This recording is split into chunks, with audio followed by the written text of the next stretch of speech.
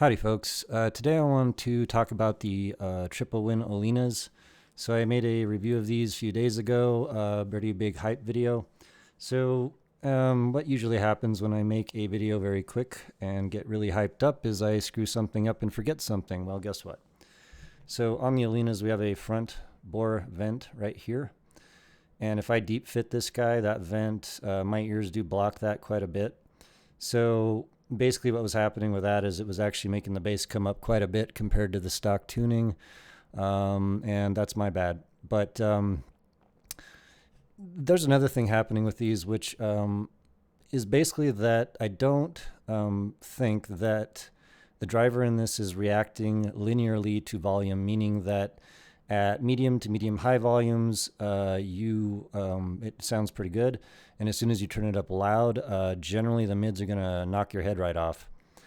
And, the first few days I was listening to this, I was pretty much just chilling, listening to bunches of tracks. For whatever reason, I didn't turn up that loud that often. Any case, I have turned them up, and so we needed to fix this. So, some folks and I have talked about putting possibly one of these little dampers over the front bore here, and tried that. It's cool, but there's actually a better fix. And so here's what's going on. So the driver in here is, I believe, under dampened. So that just means that it is able to resonate because it doesn't have enough air loading. It's leaking too much air and the driver is resonating in the mid-range too hard.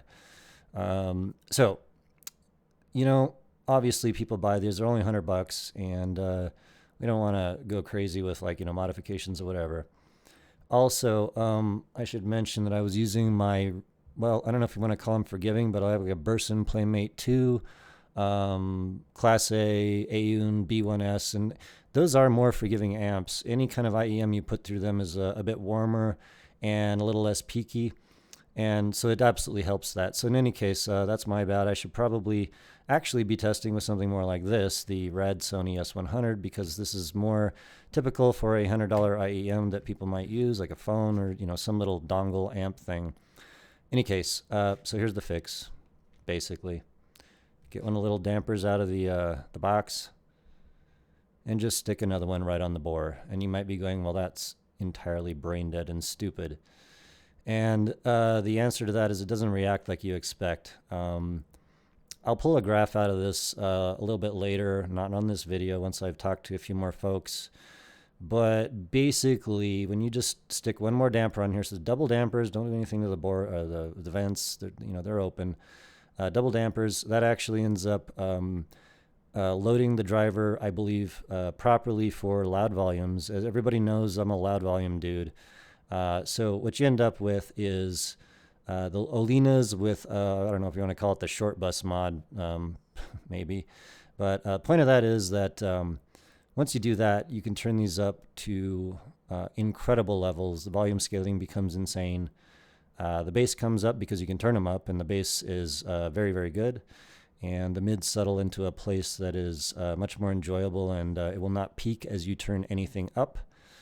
Also, as an artifact of all of that, since the mids are less intrusive, especially as the volume comes up, you will get a bit more staging effects, more reverbs, things like that will be more apparent psychoacoustically, and the bass will come up to the point where, these should be enough for anyone except the most insane bass heads in the universe, and I'm quite sure of that.